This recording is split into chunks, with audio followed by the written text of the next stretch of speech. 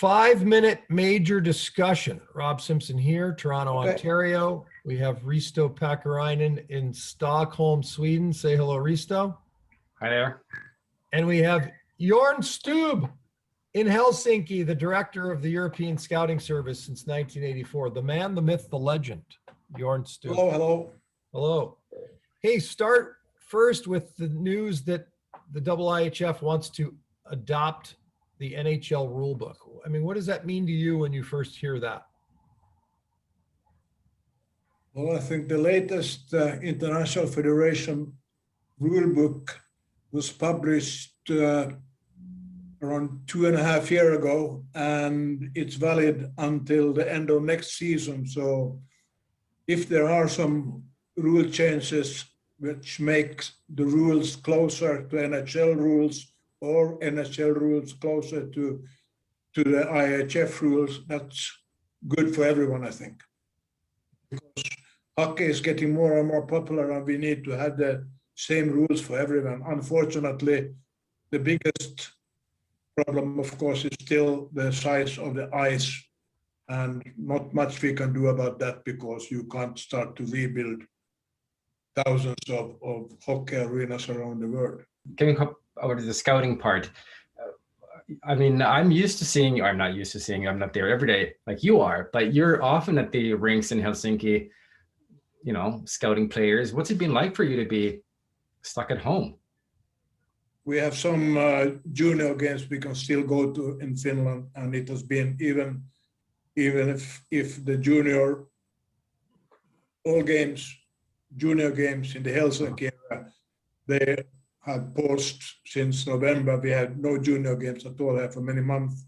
But there are outside Helsinki, Turku, Tampere, Rauma, there have been junior games all the time, Lahti. And as you know, the distances are very short. It's 1 or 2 hours drive, so that has not been a problem for the scouts. And the Finnish Federation and the Finnish clubs have been very positive. They have let scouts in. Some games only 10 scouts, other games 15, 20, but it has not really been all that bad. What about yourself? Have you been anywhere? Oh yeah, we've been going to junior games, but the league games have been no spectators since January. Sure. It's a tough season because the main thing is that you can't travel. If I travel to Czech, they wouldn't let me into a game, so it's no use to travel. We have had before we have these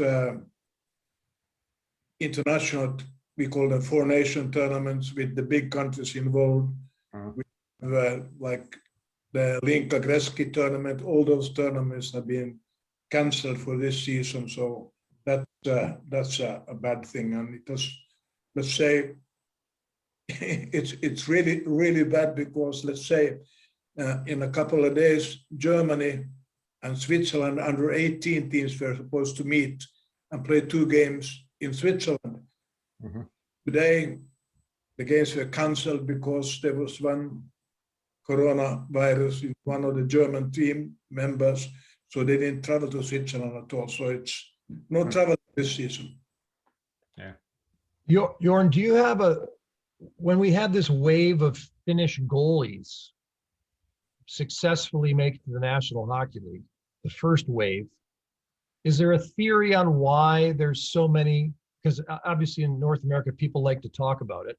And now we're almost seeing like a little we're starting to see it again. There's some very successful Finnish goalies coming over now. So what's in the water? I think Finland was the first hockey country to appoint goaltender coaches to most of the teams. So all the young goaltenders, they had a personal coach. In the old days, you know, you are in goal and nobody helped the goaltender in any way. Yep. Since 15, 20 years back, all the Finnish goaltenders have had their personal coaches, and we were the first to start with it. Now the problem is, from looking at the Finnish point of view, that so many Finnish goaltending coaches have moved to Russia. So now Russia is producing goaltenders. That's interesting. Well, That's something Risto has brought up before about the transformation to Russian goalies. So it's coaching. yeah. Yeah. Yeah. Who's the next stud star?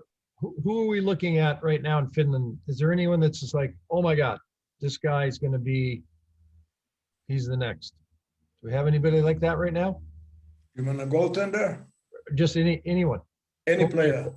player or goalie?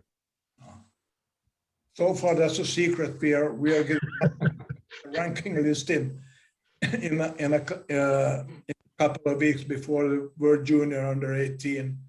But Sweden is producing more players, more prospects right now than Finland or Russia or Czech Republic. Sweden is really, really strong on the junior side right now. Yeah. When's your next list come out? Like, when's the next European? When do you have to have something out? We are working on it right now, and we hope to be able to deliver a list to the NHL teams before World Junior under 18, which will be played later this month in Dallas. Yeah. All right. Well, our 10 minutes are up. Did you have any last? One more. I've got one more tough one. Time for one more. Göran's been seen hockey from, I think, 60s at least. So from your career, of all the players that you've seen, who is the best one? There are too many players to choose from. Give me three. I don't know. Are you talking about Finnish players or just all Finnish players? All of them. All of them. players. Yeah, well, yeah, from Carl Brewer all the way to whoever. The player who made the most impact on Finnish hockey is right from Toronto, Carl Brewer. He was playing here 50 years ago for one season, and before he came, hockey was a pretty small sport in Finland. When he left, it was a big sport, and it's right now the biggest, most popular sport in Finland, thanks to Carl Brewer, even if it's 50 years ago. Wow, Carl Brewer. Thank you, Jorn. Thank you. Thank you.